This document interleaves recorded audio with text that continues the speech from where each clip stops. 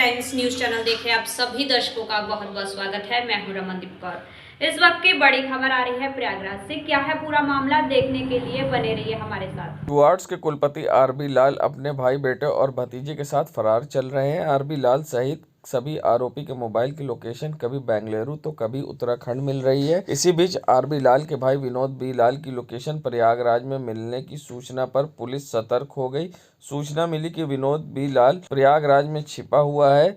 Fatehpur police सामूहिक धर्मांतरण मामले में आरबी लाल, विनोद बी लाल सहित कई अन्य की तलाश में लगी हुई है। जबकि इसी मामले में कुलपति आरबी लाल को इलाहाबाद हाई कोर्ट से 14 फरवरी तक की राहत मिली थी, लेकिन कुलपति आरबी लाल के ऊपर कई अन्य मुकदमे भी पंजीकृत हैं, जिसकी पुलिस ने फाइल खोल रखी है।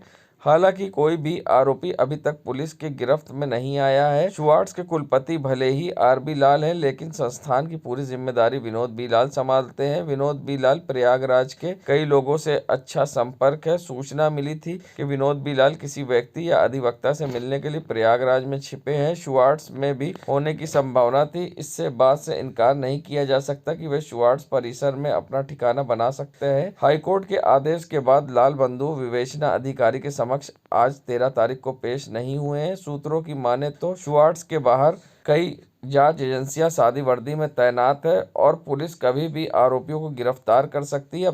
अब देखना होगा लाल बंधु विवेचना अधिकारी के सामने पेश होते हैं या नहीं।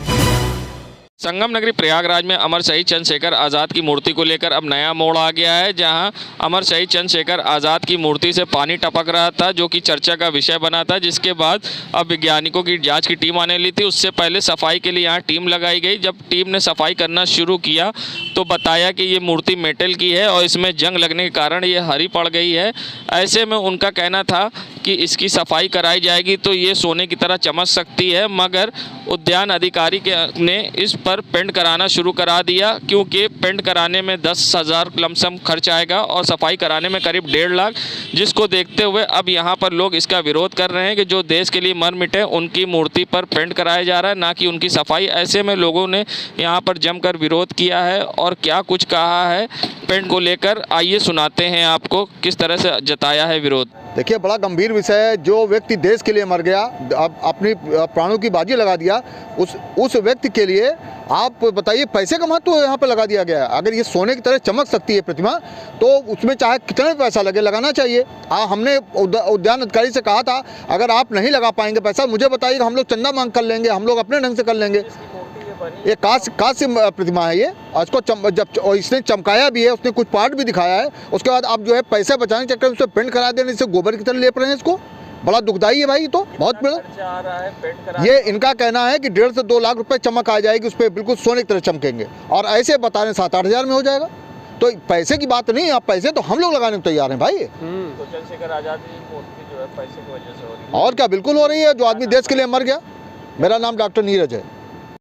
आज़ाद जी की जो स्टेचू है, इसके पहले आप देखते थे पूरी जंग लगी थी, काली हो गई थी। तो मैंने डीएम साहब प्रयागराज को ज्ञापन सौंपा कि इस स्टेचू को एक नई चमक दिया जाए। इसके लिए आदेश हुआ है और कारीगर आए हैं, काम वो सब कर रहे हैं।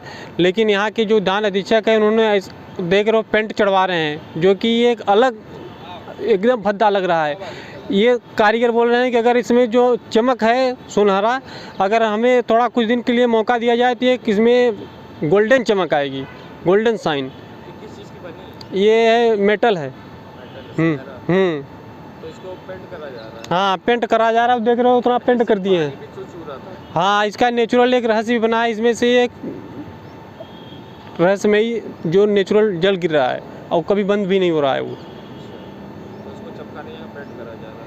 वो देखिए। क्या नाम है आपका? मेरा नाम रजनीकांत है। सर, यहाँ मैं कलर करने आया था।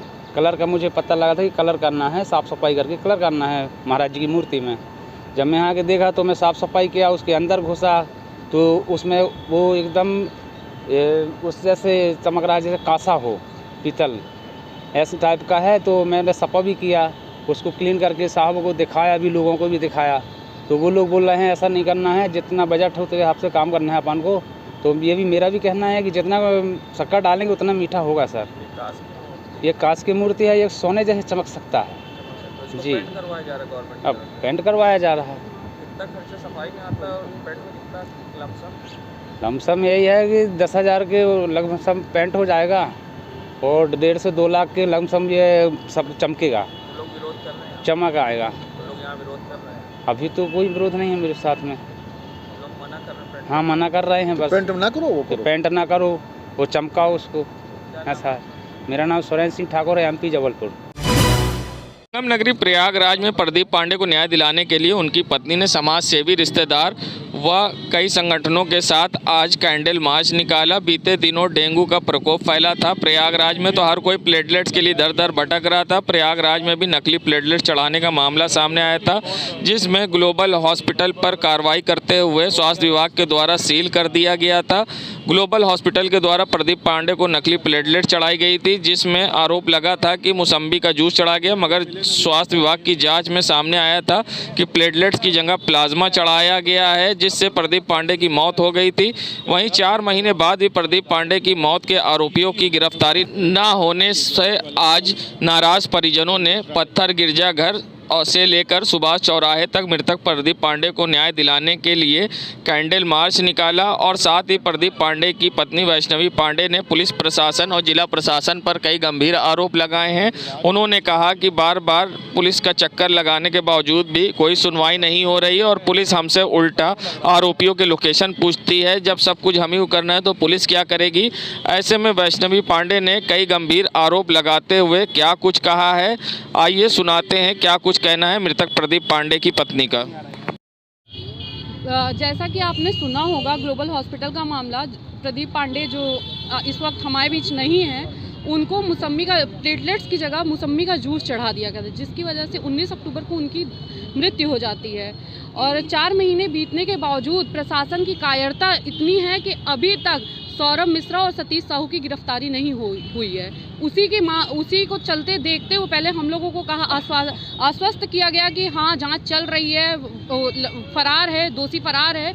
आईओ रणविजय सिंह कहते हैं कि दोषी फरार है, लेकिन क्या इतनी, और वो हमसे लोकेशन मांगते हैं कि आप लोकेशन बताइए। हमने कहा कि आप क्या कर रहे हैं, आपको किस बात के लिए शासन यहाँ बैठाई हुई है, आपको इस चीज़ का वो पेमेंट दे रही है, तो कहे मैम आप लोकेशन बताइए। लोकेशन बताने के बावजूद आईओ कहते हैं कि जो है अभी इस पे विचार मंथन चल रहा है, विवेचना चल रही है। इस वजह से हमको ये 4 महीने पूरे हो गए हैं।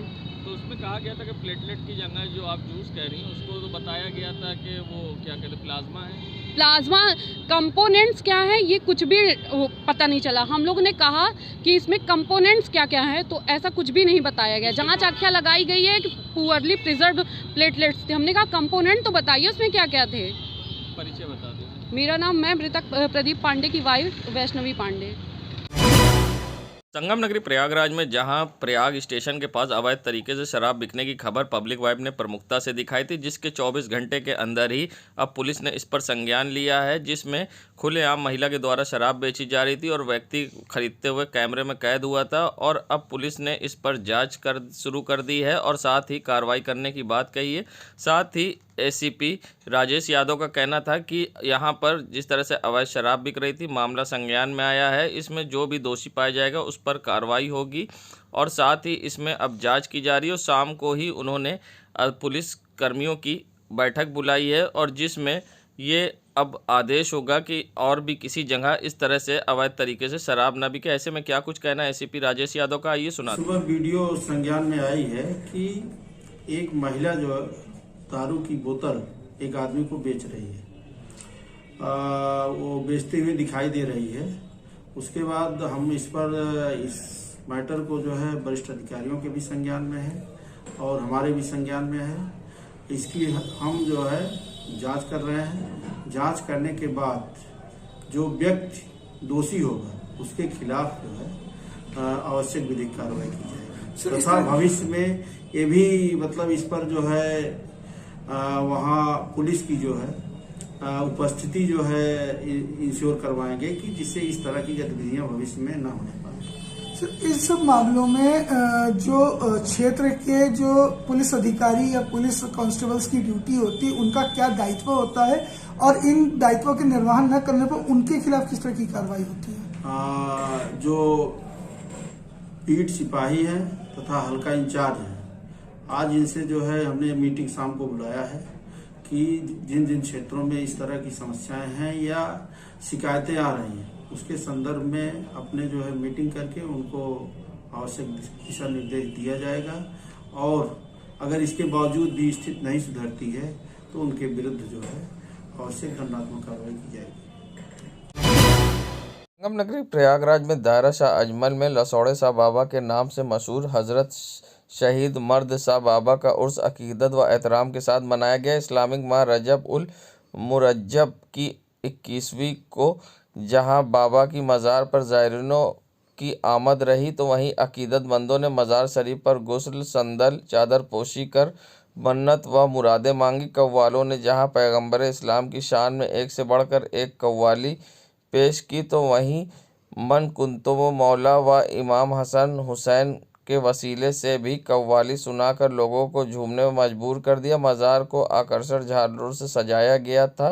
देर रात तक चली कव्वाली को सुनने के लिए बड़ी संख्या में अकीदतमंद जुटे रहे तो वहीं दूसरी तरफ हज़रत इनायत शाह रज़ी अल्लाह ताला अन्हो का 3 दिवसीय उर्स अटाला में सौहार्दपूर्ण वातावरण में मुतवल्ली मोहम्मद अकील कुरैशी की देखरेख में संपन्न कराया गया।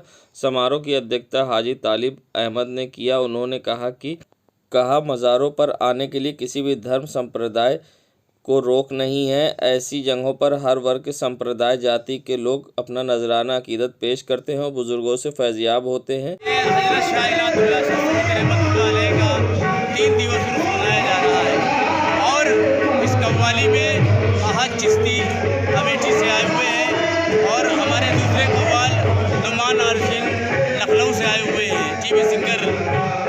और ये मुल्क अमन की शांति का परचम लहराने के लिए अपना हिंदुस्तान सारे जहां सच्चा है, हिंदुस्ता हमारा, हम बुलबुले हैं इसके, हिंदुस्ता हमारा, हाजिरी हिंदू मुस्लिम सिख ईसाई, हम ये मकसद है कि भाईचारे का ये प्रोग्राम मनाए। हमारे यहाँ मुल्क अमन 156 सालाना उर्स मनाया जा रहा है। उत्तर प्रदेश के रहने वाले एक शख्स ने अपनी शादी की सालगिरह को सेलिब्रेट करने के लिए प्रयागराज जॉर्ज टाउन इलाके में एक गेस्ट हाउस में सेलिब्रेशन रखा था। इसी क्रम में पति अपने रिश्तेदारों को बुलाया था तो पत्नी ने भी अपने रिश्तेदारों के संग अपनी बड़ी बहन के पूरे परिवार को बुलाया था। कार्यक्रम शादी की तरह था, सालगिरह रखी गई थी। दूल्हा दुल्हन इस सजे स्टेज पर बैठे थे, बाकी रिश्तेदार दुल्हन के स्टेज के बगल में डांस कर रहे थे। तभी दूल्हा दुल्हन और उनके परिवार वाले स्टेज पर डांस कर रहे थे। तभी दुल्हन के जीजा को अचानक से पसीना आया और डांस फ्लोर से गिर पड़े, जिस पर अफरा तफरी का माहौल मच गया। ऐसे में आनंद फानंद में दुल्हन के जीजा को अस्पताल ले जाया गया, जहां डॉक्टरों ने उन्हें मृत घोषित कर दिया। सीतापुर आई हॉस्पिटल कैंपस में 40 वर्षीय अमरदीप रहते थे। उनकी पत्नी और 2 बच्चे भी थे। साथ ही वे दवा की सप्लाई का काम करते थे। मृतक की माता सीतापुर आई हॉस्पिटल में काम करती हैं। वहीं कार्यक्रम में शामिल होने वाले लोगों का कहना था अमरदीप स्वस्थ व्यक्ति थे और साथ ही डांस कार्यक्रम में जहां एक बार वे थक कर बैठ गए थे और साथ ही सही होने के बाद दोबारा फिर से डांस करने लगे थे। अचानक अमरदीप डांस फ्लोर पर गिरते हैं और उनकी मौत हो जाती है। ऐसे में वहां पर अफरा तफरी का माहौल मच जाता है। ऐसे में लोगों का क्या कुछ कहना, आइए सुनाते हैं। मैरिज एनिवर्सरी का फंक्शन चल रहा था, सब लोग डांस प्रोग्राम में बिजी थे और अचानक से जो है सब डांस करते करते जो है वो जो है गिरे और फिर दोबारा। क्या दिक्कत हुई थी उनको? कुछ भी नहीं, पूरे पसीने से वो भीग गए थे और दोबारा बोलने की इच्छा ही नहीं कर पाए वो। मतलब पूरे फंक्शन में खलल पड़ गया। खुशी का माहौल चल रहा था और जो है फिर अचानक ऐसा हादसा हो गया तो आदमी गमी में तो जाएगा ही भैया। क्या नाम है आपका? रेणु वर्मा। दरियाबाद में कोठा आगा अली खां महमूद मंजिल में अंजुमन हाशमिया अमजदिया की ओर से स्वर्गीय मौलाना सैयद अमजद हुसैन की याद में आयोजित तबलीगी मजलिस का इमाम हसन के ताबूत निकालने के साथ समापन हो गया। 4 दिवसीय तबलीगी मजलिस के चौथे दिन को पहली बार मजलिस सुल्तानपुर के मौलाना मुबस्सिर अब्बास खां व दूसरी मजलिस को मुजफ्फर बिहार के मौलाना सैयद असद यावर ने संबोधित किया। बाद मजलिस सभी ताबूत इमाम हसन की ज़ियारत कराई गई। अंजुमन हाशमिया दरियाबाद के नौहा खान ज़िया अब्बास अर्शी व साथियों ने गमगीन नौहा पढ़ा। आखिरी मजलिस को लखनऊ से आए मौलाना सैयद फैज़ अब्बास मशहदी ने खिताब किया। वहीं करेली के स्वर्गीय सैयद रज़ा हुसैन के स्वर्गीय असमत काज़मी की बरसी की मजलिस में ज़हीर अब्बास हनी व रज़ा ने पुरसरात मसीहा पढ़ा। संगम नगरी प्रयागराज के पौष इलाके सिविल लाइंस के सुभाष चौराहे पर भीषण जाम लग गया, क्योंकि यहां पर एक मूवी की शूटिंग चल रही थी जिसे देखने के लिए लोगों की भीड़ इकट्ठा हुई। वहीं शूटिंग के लिए आई यहां पर खड़ी गाड़ियों के कारण भी रास्ता बंद दिखाई दिया और ऐसे में आने जाने वाले लोगों को परेशानी हुई, क्योंकि शहर के सबसे व्यस्त इलाके सिविल लाइंस सुभाष चौराहे पर लोग स्कूल छूटने के बाद इसी रास्ते से जाते हैं और ऐसे में यहाँ गाड़ियों की लंबी कतार दिखी तो जाम में बसें भी फंसी दिखाई दी और लोग काफ़ी परेशान दिखाई दिए। यहाँ भागवत मूवी की शूटिंग करने अरशद वारसी व कई कलाकार पहुँचे थे। ऐसे में शूटिंग के दौरान यहाँ लोगों की भीड़ इकट्ठा हुई और दिन में शूटिंग चलने के कारण यहाँ भीषण जाम लग गया, जिससे लोगों को काफ़ी परेशान होना पड़ा। सिविल लाइन के सुभाष चौराहे पर ही शूटिंग चलने के कारण लोगों की भीड़ दिखाई दी तो दूसरी तरफ जाम से परेशान लोग होते दिखाई दिए। जिम्मेदारों की लापरवाही कहें या अनदेखी, रूट डाइवर्जन न करने से और व्यवस्था न होने के कारण शूटिंग के कारण लगा भीषण जाम। अरे भाई अब हम क्या बताएं, हम भागवत पूछ रहे हैं, परेशानी तो सभी को हो रही है। सुनील सर। अरे परेशानी तो होबे करती है, वो तो आदमी परेशान है ही है। पवन बहुत परेशानी है। शूटिंग के कारण जाम लगा। हाँ, शूटिंग के कारण जाम लगा। क्या नाम है आपका? समीर। देश दुनिया की खबरों के लिए world media times news channel को सब्सक्राइब करें।